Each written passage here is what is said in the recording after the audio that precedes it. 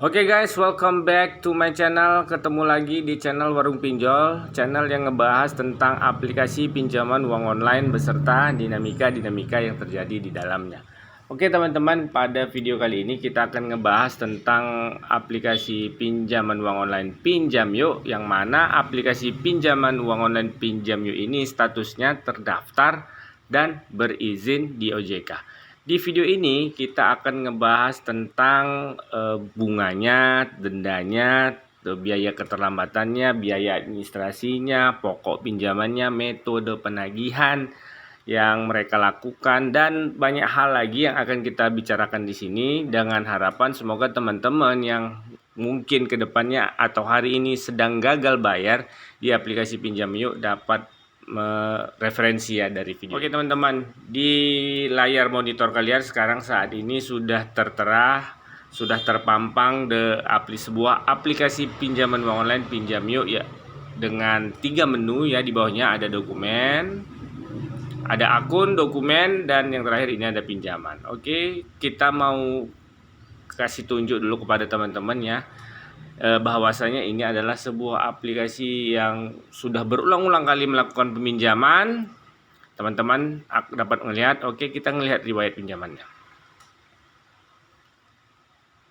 Oke teman-teman, ya, ini adalah riwayat peminjamannya ya, dimulai dari tahun 2019 bulan 4. Dan di sini teman-teman dapat melihat riwayatnya mulai dari 500.000 ya, melakukan pinjamannya 500, habis itu 800.000, 1.500.000, 2 juta, 2 juta, terus meningkat teman-teman. Jadi pernah di bulan 1 tahun 2020 melakukan permohonan peminjaman sebesar 5 juta rupiah, namun di reject oleh pihak Pinjam Yuk. Jadi ini statusnya teman-teman ya, riwayat pembayarannya ini adalah lancar melakukan pembayaran, namun begitu kita memohon untuk di angka 5 juta mereka menolak. Jadi mereka hanya mengizinkan saya itu pinjamannya itu di angka 2 juta maksimal. Ya, terbukti di bulan 3 2021 melakukan pinjaman 2 juta dan disetujui oleh pihak aplikasi Pinjam Yuk. Jadi buat teman-teman yang hari ini mungkin ingin mendapatkan limit lebih ya harus seperti ini. Harus melakukan pembayaran secara terus-menerus dengan tepat waktu, dan itu pun belum tentu juga dikasih limit yang tinggi seperti 5 juta. Ini sebagai satu contoh ya, satu contoh kasus. Walaupun kita lancar melakukan pembayaran, namun begitu kita memohon dengan limit yang lumayan tinggi yaitu 5 juta, maka tidak disetujui oleh pihak Pinjam Yuk. Oke teman-teman, kita mau lihat langsung ke pinjamannya ini berapa. Oh ya, ini deh teman-teman, ini adalah pinjamannya dengan tanggal jatuh tempo itu 15 bulan 4 tahun 2021. Kita mau lihat rinciannya ya teman-teman.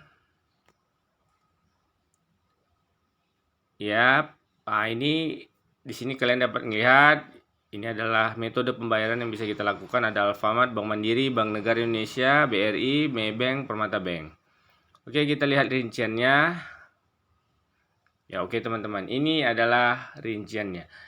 Ini adalah pinjaman 1 kali periode, maksudnya 1 kali cicilan dengan tanggal jatuh temponya itu di bulan 4 tahun 2021 pada tanggal 15. Nominal pinjamannya itu angkanya 2 juta rupiah. Bunga pinjamannya Rp480.000, nominal yang harus dibayarkan 4 juta rupiah, denda keterlambatan Rp1.520.000. Jadi teman-teman, kalau kita ngelihat bunga pinjaman ditambah dengan denda keterlambatannya, maka totalnya 2 juta rupiah juga. Berarti kalau kita berkaca dengan melihat dari aturan OJK FPI, maka ini sudah benar ya, denda itu tidak boleh lebih 100% dari pokok pinjaman. Contoh kasusnya adalah seperti ini, nominal pinjamannya 2 juta, maka angka yang harus ditagihkan, maksudnya dalam artian bunga yang harus ditagihkan maksimalnya itu tetaplah harus 2 juta juga. Oke, kita lanjut ke resiko ya gagal bayar ini selama sekian bulan ini. Ini udah hampir mencapai 6 bulan ya teman-teman, 6 bulan.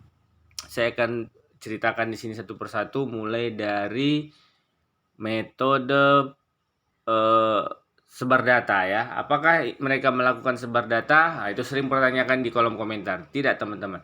Jadi aplikasi Pinjamyo ini tidak melakukan penyebaran data. Itu yang pertama. Mereka hanya menghubungi kontak darurat. Oke, dan nomor yang kita daftarkan sewaktu kita memohon pinjaman di awal. Yang pertama, yang kedua, apakah mereka melakukan visit kunjungan atau menurunkan DC lapangan ke rumah kita ataupun ke kantor kita? Itu juga sering dipertanyakan. Jawabannya tidak, teman-teman. Mereka tidak menurunkan DC lapangan ke rumah ataupun ke kantor kita. Hanya saja mereka melakukan ancaman-ancaman saja di WA untuk menurunkan DC lapangan. Padahal kenyataannya semuanya itu hanya gebrakan-gebrakan saja, hanya ancaman-ancaman saja. Dan sampai dengan saat ini tidak ada satupun DC lapangan yang turun ke rumah saya ataupun ke kantor saya, teman-teman. Itu. Setelah itu apakah mereka ada mengirimin surat yang macam-macam dan lain sebagainya? Ya, kemarin mereka ngirimin surat somasi.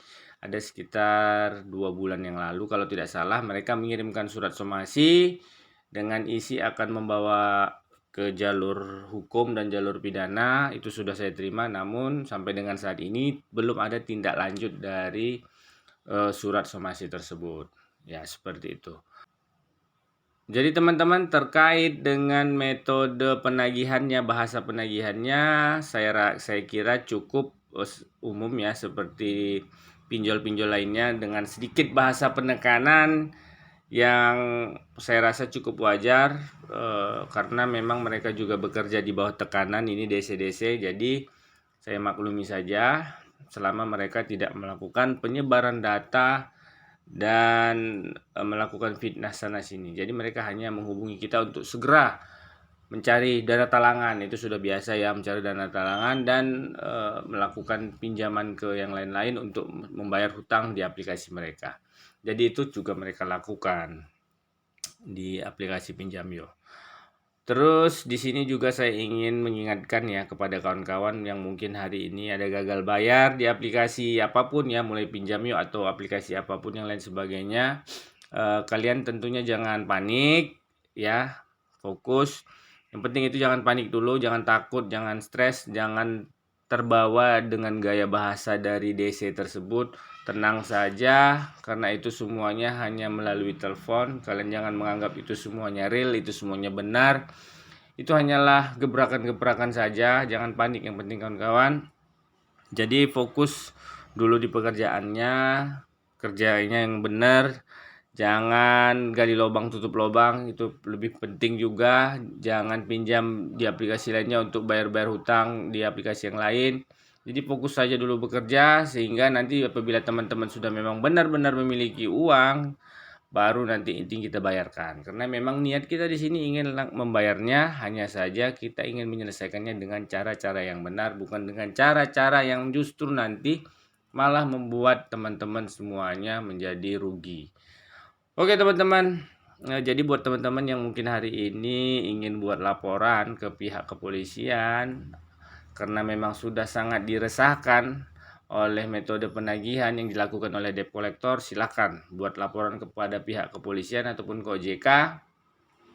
Karena memang Bareskrim Polri saat ini sudah menginstruksikan kepada seluruh jajarannya untuk segera menindaklanjuti semua laporan-laporan terkait dari aplikasi pinjaman uang online yang meresahkan masyarakat, teman-teman.